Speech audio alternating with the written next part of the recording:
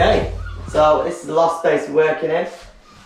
We've got some intricate angles here. We've obviously got two skeelings meeting up at the top. We've got an inside with a nice triangular shape. So we're just going to be tackling this. But what I want to talk about straight away is you want to split it all up. So he doesn't want the rolled ceiling, which is one option for here. You can always curve it. That's what a rolled ceiling is, where curl it and do it all as one. He doesn't want that. What he's actually going to do is fix a bit of timber along the ridge, because he thinks it's going to crack. But I just want to plaster it as it was. So I'm going to split it up. I'm going to do one opposite to the other. Leave that, do this, probably do this wall, and do the same on the inside cheeks there. Split them up. But it's not a very big hit, so I'm also just going to use the same mix. So I'm going to apply the first coat, flatten it, and then immediately put the second coat on it straight away. So, the first thing, getting the first one up. Pushing it tight at the top.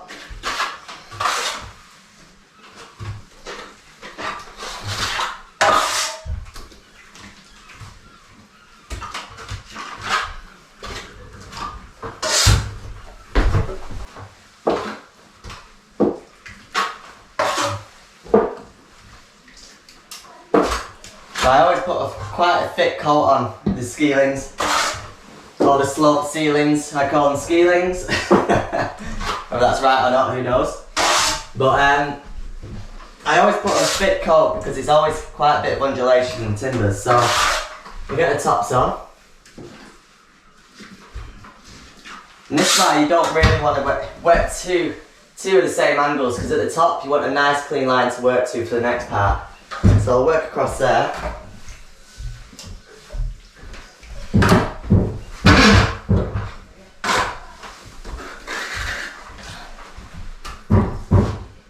And with it being sloped, you kind of want to watch out how you're applying it. So I start from the bottom and come up, not the other way around, because gravity will be against you. And I can see there's already a bit of a dip there, so I'm going to trowel across it as well. Try and get it as flat as possible as we go.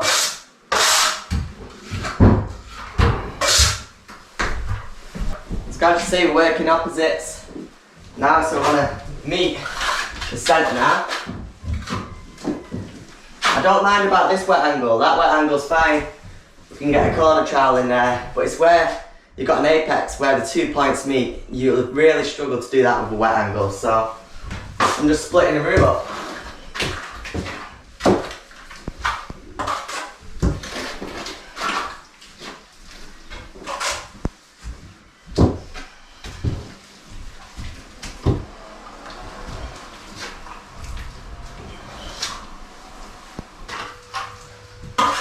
So now I'll come all the way up. Now I've got my edges done.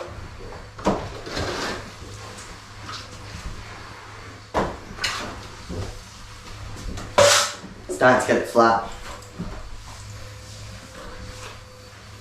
The thing is, working with angles, it takes a bit of time to get the trowel adjustment. It's not like working with a straight wall, because you're at an angle, but it does get easier. If you're just starting out, it's a bit weird at the beginning.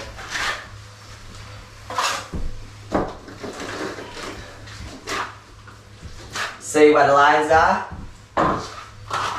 It's just where there's a bit of undulation in the boards. Just try and get it flat as possible. But you know, we have got 2 coats of plaster here, so do your best, flatten it, and then the second coat will get it. Slow, now follow through the wall. Yeah, we've got a bead to work to, so try and look around on the bead.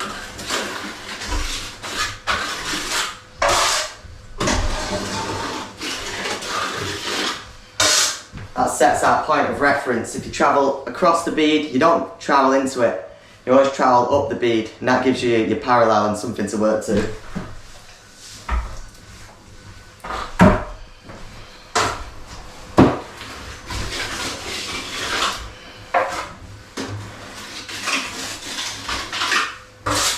Okay, quick talk. You can see that we've got a few moisture boards up here. This isn't going to be bathroom related at all. think he was just using some offcuts up.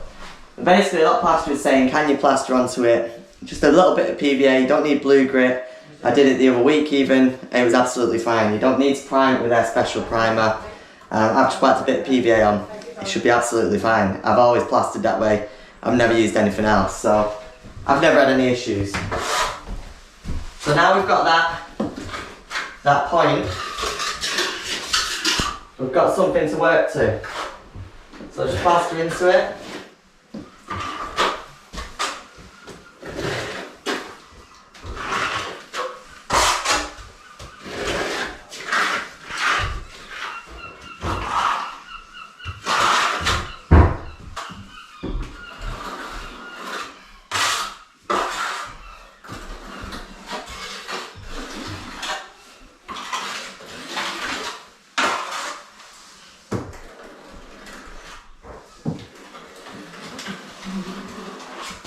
Okay, now we're going to flatten and immediately apply the second coat. So, quick flatten along the top. And this is perfect for setting your line.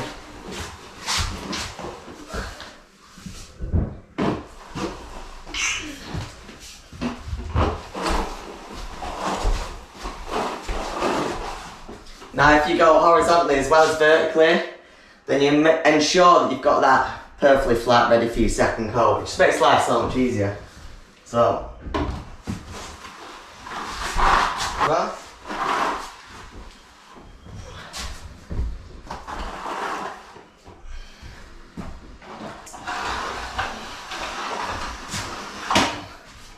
good thing with that, now you can see where the gaps are. Let me show you. That area means we haven't got enough plaster across the bead, so now we know where to fill, we know what areas to deal with, we know what to do. So, back on. So flatten that, immediately apply a second coat. Now with the second coat we can really start filling in the tops now. The mix is thicker, you've got a bit more body to it, which means you can fill in any tops, which means we can start getting that line nice and crisp, which is important. So I put quite a bit of thickness on the top. One for strength with the scrim tape, and two so we can build out the tops and make sure they're nice and straight. I've just noticed looking up, there's a massive dip around there, so I'm going to try and fill that area in so we can get a straighter line. Now I'm never going to get it perfect, but it's always good to try and get that line nice and straight. So back to the bead, we've got that section, you want to fill that in. Now that area should be flat, should be parallel to the wall, nice straight line, no angles or humps. That's what you're looking for. That's what you're looking for when you're smoothing out any areas that are missed. You want to come up and around. So I was a bit proud there. See that bead, it was leaving a line? It's because this bead was prouder than the one next to it. Just whack it, give it a gentle tug, put it in place again. Now that, when you come all the way around, there's no line, there's no score marks, because the beads are perfectly in line with each other. There's a few sections after speed skimming that I realised were a bit low, so again, I'm just filling them out, trying to get it nice and flat.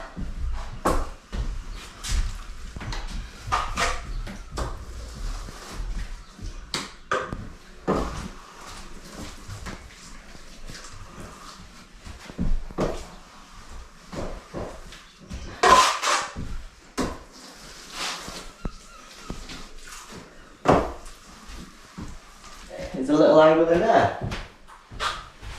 So, again, running down the bead. I'll rub it.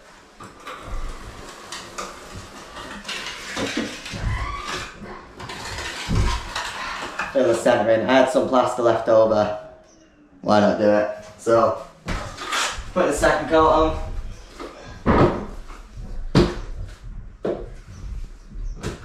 Plaster's a bit stiff, but got play in there, we can do it. All good.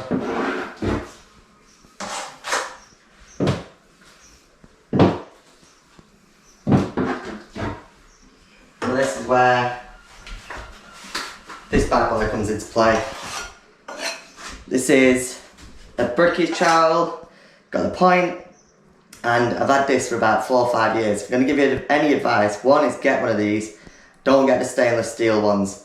Stainless steel takes forever to break in. It's a stronger alloy, and carbon steel will sharpen up a lot faster and nicer than stainless. So if you're going to get any corner trowels, well, not your corner trowels, sorry, I didn't mean to say that. Any margin trowels, any bricky trowels, any trowels that are small like the midget trowels, your radiator trowels, make sure they're carbon.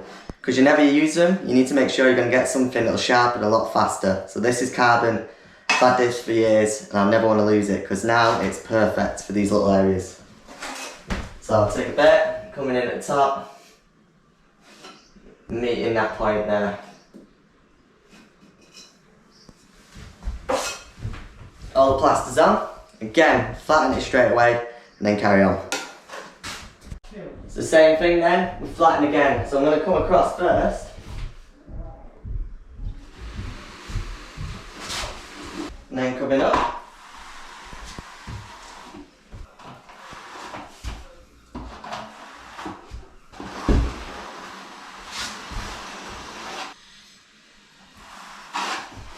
And then obviously tackle the inside by hand. So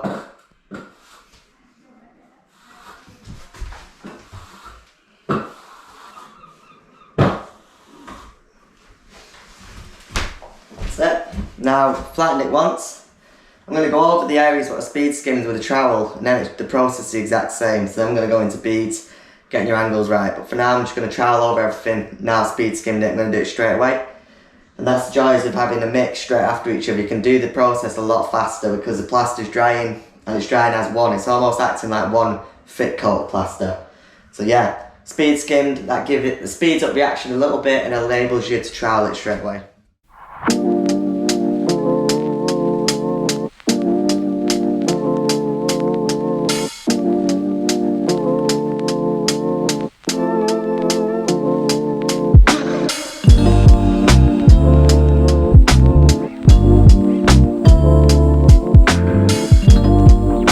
By the way, cup of tea and some digestives, that's alright, innit? Keep me going. Oh, look at this view, by the way.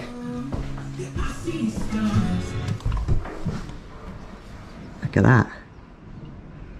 It's not bad, is it? Overlooking the seafront. Not bad at all. Okay, so I've been thinking about something recently. I did a video recently where I plastered the room in one hit. One of the things was I paid a lot of attention to the wet angles. There was about 10 wet angles in that room maybe, probably more. But anyway, someone posted you should be using your corner trowel a bit more. To be honest, I don't use them that much. So, I'm going to try and give them a go a bit more. This is a Ragney corner trowel. This is the wide one. This is probably the best on the market in my opinion. And that's backed by a lot of plasterers. So now is the right time to use it. I've flattened it once with a speed skim, gonna flatten with a trowel, now's the time. Come in. So, let me show you. The usual corner trowels leave lines either side, but if you watch this, it is great. There's literally no lines either side. It is a great bit of kit. Coming off a hop up. So you've got that, I've got a lot of excess. Come back on yourself, fill it in.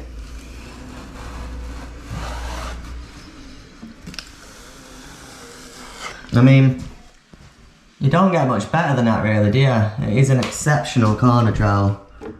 I have to say and agree with the rest of the plastering community that this is an absolute beast.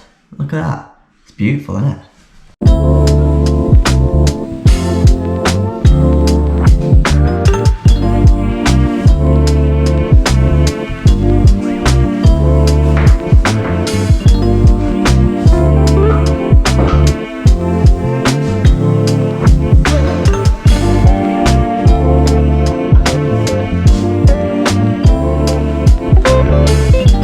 Okay, so one of my main things is at this point we've done a lot of vertical troweling. I like to do cross trowel. So And now it's safe to come into the bead. We've gone up vertically with it, we've focused on that.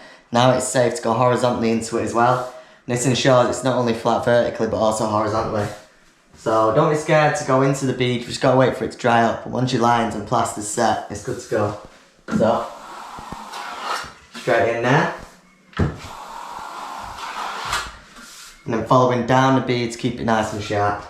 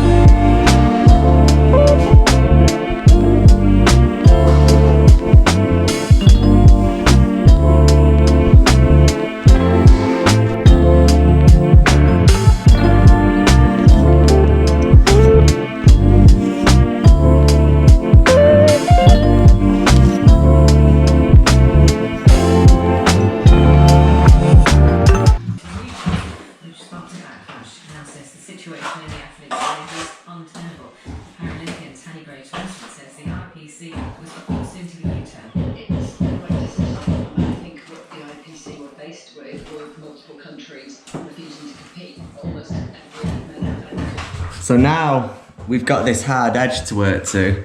We've scrim taped it, but obviously now it's a lot easier to get that peak. We've got something to work to, got a hard angle.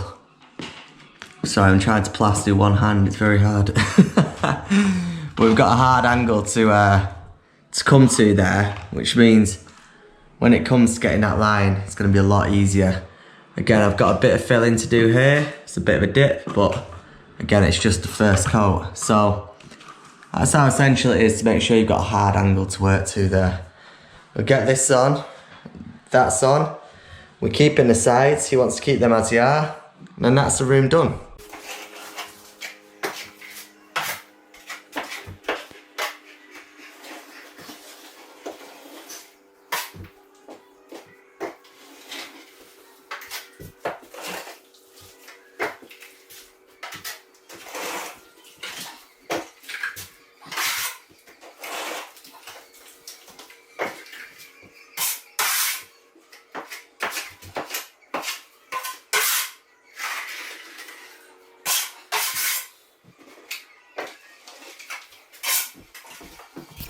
Right, I'm gonna have to get this wall bang on because this might be my first trial wall for the Venetian project.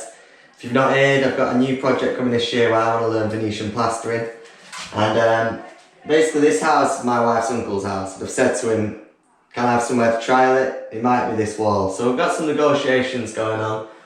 But I'm gonna have to get this dead flat because this might be the first wall I end up doing with Venetian plastering. So stay tuned for that. We're gonna get the rest of this room polished off. And I'm going to finish this video off, so.